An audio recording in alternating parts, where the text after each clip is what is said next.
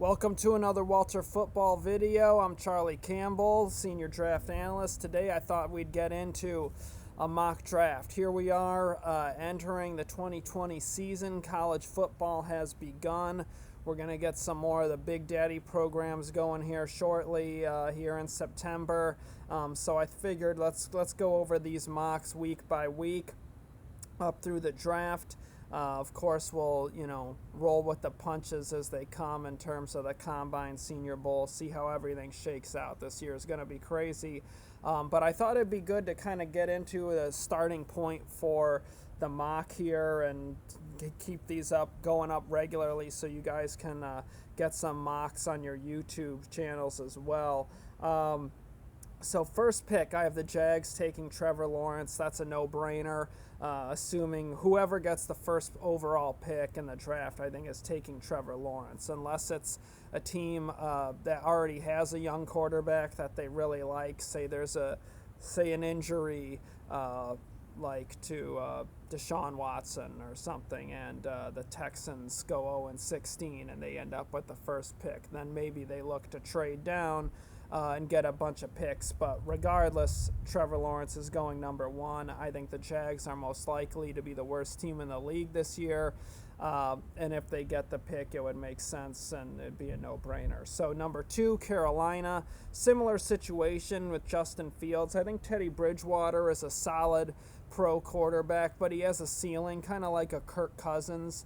So if the Panthers are picking high enough to land one of these top guys that could be a future franchise quarterback, they have to do it. And the way they structured Teddy Bridgewater's contract, they could keep Bridgewater for another year, have him help mentor the young guy, not force him onto the field right away if he's not ready to go, and then they can turn it over after a year and be done with Bridgewater's contract. So I think number two overall, if the Panthers are going to be picking that high, taking a quarterback would really be the best thing for the franchise. Three, I have Washington taking Penei Sewell, left tackle from Oregon. Obviously, they need to improve that offensive line, replace Trent Williams, and definitely get some better blocking for Dwayne Haskins. That's another no-brainer. At four, now the Bengals I have picking fourth, and this is an interesting pick because I have them taking Jamar Chase from LSU. And after taking T. Higgins at the top of the second round last year, they have Tyler Boyd coming back.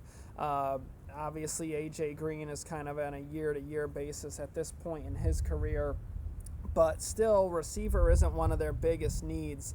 But I just feel that reuniting Chase with Joe Burrow would just be too good of an opportunity to pass up if you're the Bengals. To get Joe Burrow, that number one receiver for his career, I think that makes a lot of sense. Now also, to kind of help follow along, if you want, just look in the below. I have linked to the mock. So if you want to click that link, you can follow my picks.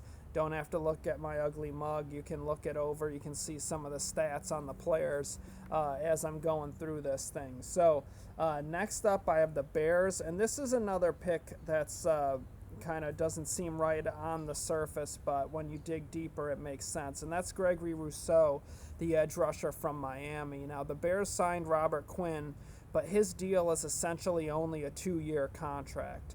And with all the money they're paying Khalil Mack, they're going to need another edge rusher that comes in pretty cheap, and obviously you need another good one. You're not going to be able to have a dominant defense in the NFL if you only have one good pass rusher. So Rousseau would give them a cheap option for 5 years, help them be able to afford Mack in the later portion of that contract when they always get more expensive, and still keep up that steady heat on the quarterback that they got to have. So Rousseau to the Bears there.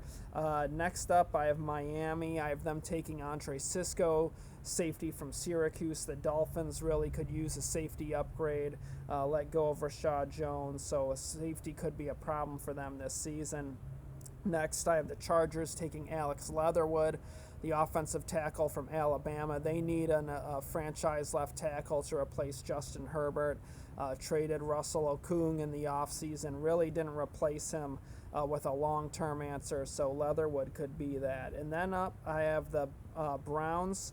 Now, this is an interesting pick. I have them taking Carlos Basham. Similar situation with the Bears there, where the Browns paid a huge amount of money to Myles Garrett. He's their defensive franchise player for a long time now, and that was a no-brainer decision for them.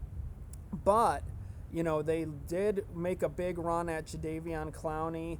They have Olivier Vernon, but he was an acquisition of Dorsey, the previous general manager. I don't think he'll be around in Cleveland that much longer. So Basham would give them a cheap, bookend edge rusher to go with Garrett. So that way they save some money, because eventually they're going to have some other big decisions to make financially on offense. So having another cheap edge rusher to pair with Garrett, that would really make a lot of sense for the Browns. So next up, I have the Jets. I have them taking Paris Ford.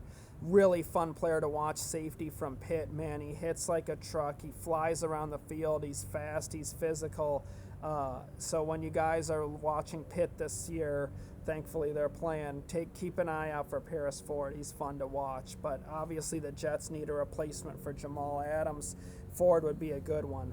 Cardinals I have up next. I have them taking Sam Cosmi, the left tackle from Texas. I think he'd be a great fit in the Kingsbury offense with his quickness and athleticism. And coming from the Big 12, I can see that fit being a real nice one for the Cardinals.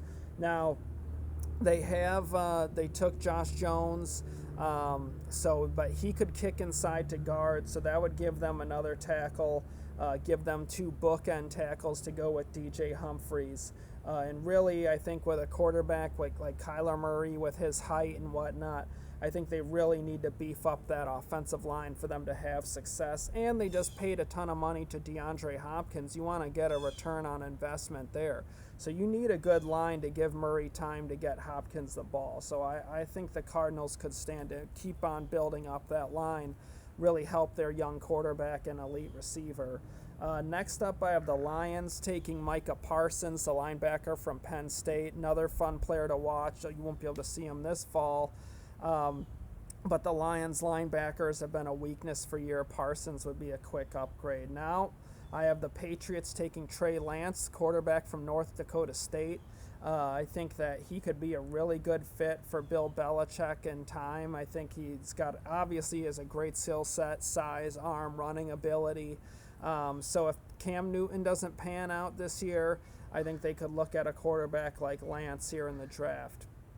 Now, the next pick, I have the Dolphins up again, but this is the pick they got from Houston in the Laramie Tunsil trade. I have them going back to the offensive line with Jalen Mayfield, the right tackle from Michigan. Give them two bookend tackles to go with Austin Jackson from USC, a first-round pick last year. And then they can kick Robert Hunt inside to guard. They have Solomon Kinley at guard and Eric Flowers, and perhaps Hunt could even move to center. So that would really give them a really big and athletic and quick offensive line if they had just had one more guy in there, and some depth and guys that can move around and play different spots in case of injury. So I think one more blocker would really make a lot of sense for Miami. Next up, I have the Jaguars with their pick from the Rams. I have them taking Javon Holland, the safety from Oregon. Bit of on the small side, but great ball skills. He can really cover and make things happen, and a great special teams player, although you probably won't see him playing much special teams in the NFL. His team's going to want to keep him healthy. So Holland to the Jags right there. Safety's an issue. Traded Ronnie Harrison. Obviously, they could use an upgrade. Giants, I have them taking Kyle Pitts, the big tight end from Florida. He kind of reminds me of Jimmy Graham with his receiving ability. Needs to improve as a blocker. But Evan Ingram was a pick of the previous regime. He gets injured a lot, so I could see the Giants wanting a more steady and mismatched presence for Daniel Jones at tight end. Next up, I have the Raiders. taking Dylan Moses, linebacker from Alabama. He missed 2019 with an injury, but I know some team sources felt that if he had entered the draft, even though he had missed the year with an injury, he could have gone in the early rounds because his tape was so good from 2018. He can really cover, really has good instincts, so I wouldn't be surprised if he has a huge year this year for Alabama and ends up being a top 20 pick. After the Raiders, I have the Cowboys up. I have them taking Patrick Surtain, the second cornerback from Alabama. They could use another big cornerback to go with Trayvon Diggs, reunite those two in Dallas. Atlanta, I have them taking Christian Barmore, the defensive tackle from Alabama. Now, I expect Barmore to rise, and I've had multiple team sources say that they think he has high first-round potential. You can check the link below in our Hot Press. We have an entry on that. I just don't tend to like to put guys in the top 10 of mock drafts until you've seen them do it. Last year, Barmore was a rotational player, looked really good in his opportunities, showed pass rush ability, has size, speed, athleticism. So he's going to keep that Alabama tradition going, I think, of a first-round defensive tackle right there with Jonathan Allen, Deron Payne, Quinnen Williams, Marcel Darius, all those guys that came before him. But I think he'll probably rise, and he's going to end up rising my mock and being a potential top 10 pick here. But I just don't like to put a guy up there when you haven't seen them do it as a full-time player yet. So too much of a projection at that point, but I could see that definitely being the case. So we'll stay tuned on how he does. For the Falcons, they could use more interior defensive line talent. They could also stand to get bigger up front. Barmore would definitely help with that issue. Next up, I have the Colts taking Shaun Wade. It would be interesting to see if Malik Hooker comes back to the Colts, but Shaun Wade, the Ohio State cornerback, can also play safety, so he'd be an interesting player on that Colts defense, a guy they can move around, play at corner, play at safety. He played in the slot. He is a player that really got hurt by the Big Ten cancellation. We'll see if they can resurrect this thing in time for these guys to play, but Shaun Wade was probably going to be moving to the outside this year with Damon Arnett going to the NFL. He was going to be able to move from nickel to go to the outside. But with the cancellation, NFL teams don't get to see tape of him playing on the outside. If he would have done well on the outside, I think he really could have risen. Between Arnett and Okudah, they lost both of their starting cornerbacks on the outside. So Wade probably would have gone out there, and if he had had a good season, I think he would have been a top 10 pick because he would have shown pro evaluators this guy can play corner, slot, outside corner, slot corner, and safety, solves a lot of problems for the defense. So real interesting player and one to keep an eye on in the process to see as a potential guy that climbs. After them, I have the Bucs taking Travis Etienne, the running back from Clemson. Leonard Fournette's on a one-year deal. Ronald Jones looks to be more of kind of a number 2 in the NFL at this point. And Etienne would be a great fit for Tom Brady as a guy who likes to throw to the back. After them, I have the 49ers taking Caleb Farley, the cornerback from Virginia Tech. They need some young talent at corner. Richard Sherman's aging. Farley would be a great fit in their scheme as well.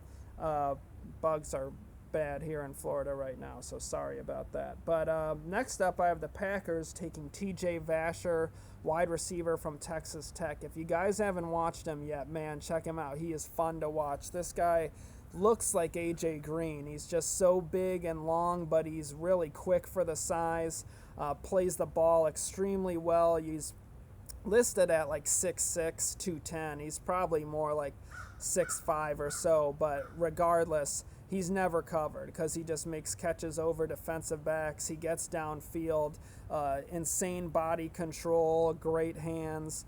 Definitely check out our prospect preview on him. I go in depth there, and there's a video at the bottom of it that shows just how talented this guy is. I think he goes under the radar a little bit playing at Texas Tech and in the Big 12, of course, with all the passing numbers, and his stats really aren't anything mind-boggling or earth-shattering.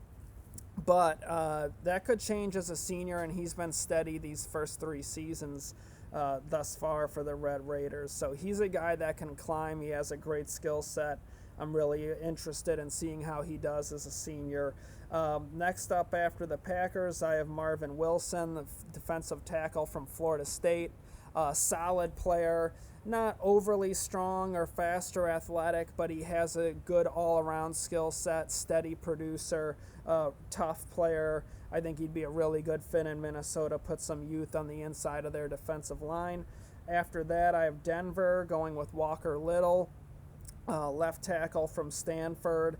I think that would be a really good fit for them in terms of getting a tackle to replace Garrett Bowles, protect Drew Lock on the blind side. This is put up or shut up time for Bowles. So if he doesn't get it done this year, you know that Denver's going to be looking for an upgrade. After them, I have the Titans taking Devontae Smith, the wide receiver from Alabama. Similar kind of situation with a put up, shut up time. It's Corey Davis, wide receiver with the Titans, who was a top 10 pick just a few years ago, but hasn't really played up to that. And A.J. Brown's really taken over as their number one. So I could see them looking for a more steady number two. Devontae Smith, excellent route runner, hands, really fun player to watch as well. I think he's going to have a big year this year. Trey Hill, I have up next going to the Eagles. Center at Georgia, can also play guard. I think the Eagles could use some youth on the inside of that offensive line. So that pick makes a lot of sense to me. And then I have Paulson Adebo, the cornerback from Stanford, going to the Steelers. Obviously, Joe Hayden can't play forever. Artie Burns was a bust. So the Steelers could use some youth at corner. The Bills I have up after them, and I have them taking Wyatt Davis, the guard from Ohio State. I think Buffalo could stand to add some more beef to that offensive line. They really made a really great pick in Deion Dawkins a few years ago. That was a great value, good building block, and I could see them looking to continue to build up that line, open up running lanes for their pair of young backs, and protect Josh Allen. So Wyatt Davis would make a lot of sense to me for the Bills. Now I have the Jets up again with their pick from Seattle for the Jamal Adams trade. I have them taking Joe Tryon, the edge rusher from Washington.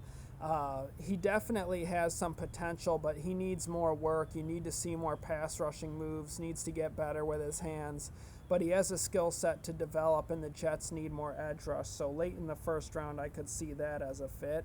Then I have the Chiefs. I have them taking Jay Tafule, defensive tackle from USC. I could definitely see them looking to continue to build up the defensive line, because that's what Andy Reid does, loves drafting defensive linemen, and giving them another tackle to go with Chris Jones, I think makes a lot of sense, and a talented guy. Kind of as we hit on earlier in the draft, teams like to spread their money around rosters. They don't want to have a whole lot of money at one position. So if you already paid one guy at that position, you want a good player that's cheaper next to him. So that could be the case with if the Chiefs take a defensive tackle to pair with Chris Jones, and it also gives them some protection in case Jones gets hurt as well. So you still have a talented guy, a first-round talent there on the inside of the line. So now the Chiefs done. I have the Saints up next. I have them taking Chris Olave, the wide receiver from Ohio State. Really nice player.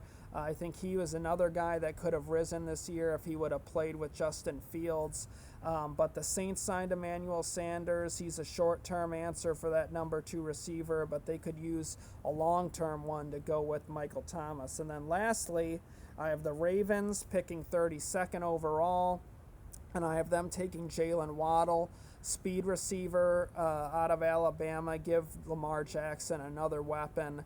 We'll see how Miles Boykin does this year as the number 2 to Marquise Brown. But I wouldn't be surprised if you see the Ravens kind of mimic the Chiefs' offense and just kind of loading up on speed, taking advantage of a quarterback that has the arm to go vertical and a guy that has the mobility and athleticism to extend plays to let your receivers get downfield and break open downfield for some big plays. So I think Jalen Waddle across from Marquise Brown would be a nightmare for defenses, and with Lamar Jackson's feet, that would be fun to watch. So that's where I have my mock here going into week 1 of the NFL. Please, if you can, like and share the video. We'd really appreciate it. Hit the subscribe button and the notifications. I got links below to our mock position rankings, scouting reports, hot press, Walt's mock, my mock. And follow us, please, on Twitter at Draft Campbell and at Walter Football. Be back with you guys soon. Thanks for checking it out. Have a great day.